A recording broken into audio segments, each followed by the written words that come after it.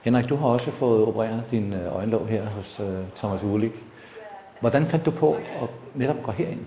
På Thomas' hjemmeside, som var en af de første, der dukkede op, da jeg googlede den, der var noget information, både noget tekstinformation, hvor man kunne læse sig frem til, hvad der skete under operationen. Man kunne se nogle billeder af hans klinik, og så var der en lille video, hvor han fortalte om, hvad det var, der skulle ske. Og det synes jeg virkede rigtig betryggende, og prikken over i'et, det var, at han skulle ikke have nogen penge for den første konsultation, hvor man kunne komme herind, hvor han kunne vurdere, hvordan det nu skulle foregå, og hvor man kunne få noget mere information. Og det var rigtig betryggende at komme ind. De var rare. Jeg følte, jeg var i centrum, når jeg var herinde.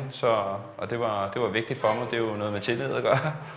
Så derfor så valgte jeg ham. Var det meget generende for dig, din øjenlåg? Jeg tror mere, at det var nok mest kosmetisk for mig selv. Det var ikke sådan, at jeg ikke kunne se ud af mine øjne. Men jeg følte, at jeg så træt ud på billedet.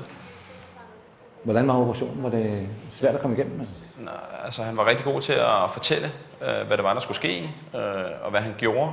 Jeg vil sige, efter 5 dage kan man da godt vise sig offentligt. Altså, man er en lille smule blå på øjenlågene, men jeg tror, det er forskelligt, hvordan man reagerer. Altså, jeg vil sige, efter 14 dage, så kunne man faktisk ikke se, at jeg var blodopereret.